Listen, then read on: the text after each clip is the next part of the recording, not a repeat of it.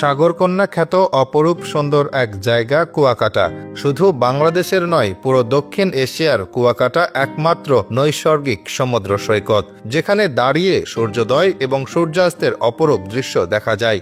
পটুয়াখালী জেলার কলাপাড়া উপজেলার লতা চাপালি ইউনিয়নে অবস্থিত 18 কিলোমিটার দৈর্ঘ্যের এই সমুদ্র সৈকত ধারণা করা হয় 18 শতকে মুঘল শাসকদের দ্বারা বার্মা থেকে বিতাড়িত হয়ে আরাকানরা এই অঞ্চলে এসে বসবাস শুরু করে।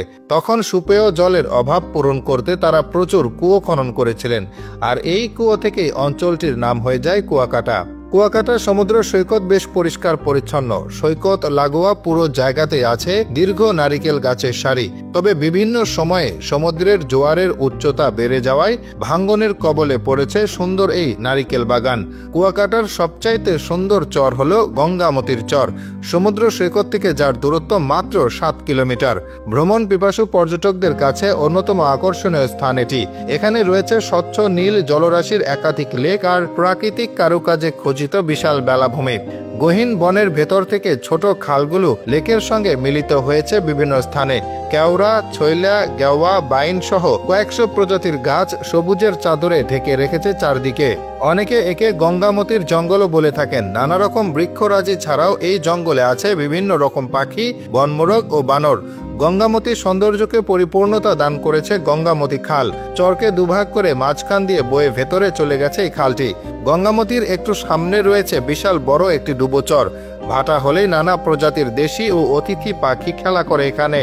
কুয়াকাটা সমুদ্র সৈকতের পশ্চিম প্রান্তে আছে জেলেপল্লী। এখানে মাছ ধরে সমুদ্রের পাশেই শুটকি তৈরি করা হয়। নভেম্বর থেকে মার্চ মাস পর্যন্ত চলে শুটকি তৈরির কাজ। কুয়াকাটার অন্যতম আকর্ষণীয় স্পট হচ্ছে ক্র্যাব আইল্যান্ড বা কাঁকড়ার দ্বীপ। নির্জনতা পেলে এই জায়গার সৈকতে দল বেঁধে ঘুরে বেড়ায় লাল কাঁকড়ার দল।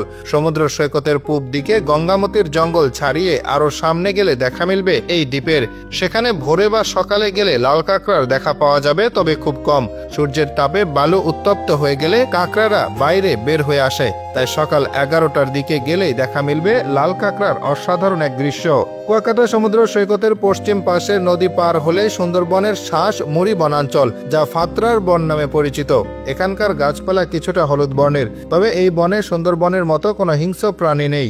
বনমোরগ, বানর আর নানা পাখি আছে। মাঝে মধ্যে বন্য শুকুরের দেখাও পাওয়া যায়। কুয়াকাটা সৈকত থেকে প্রায় 8 কিলোমিটার দূরে ক্ষুদ্র নৃগোষ্ঠী সম্প্রদায় রাখাইনদের একটি গ্রামের নাম মিস্ত্রিপাড়া।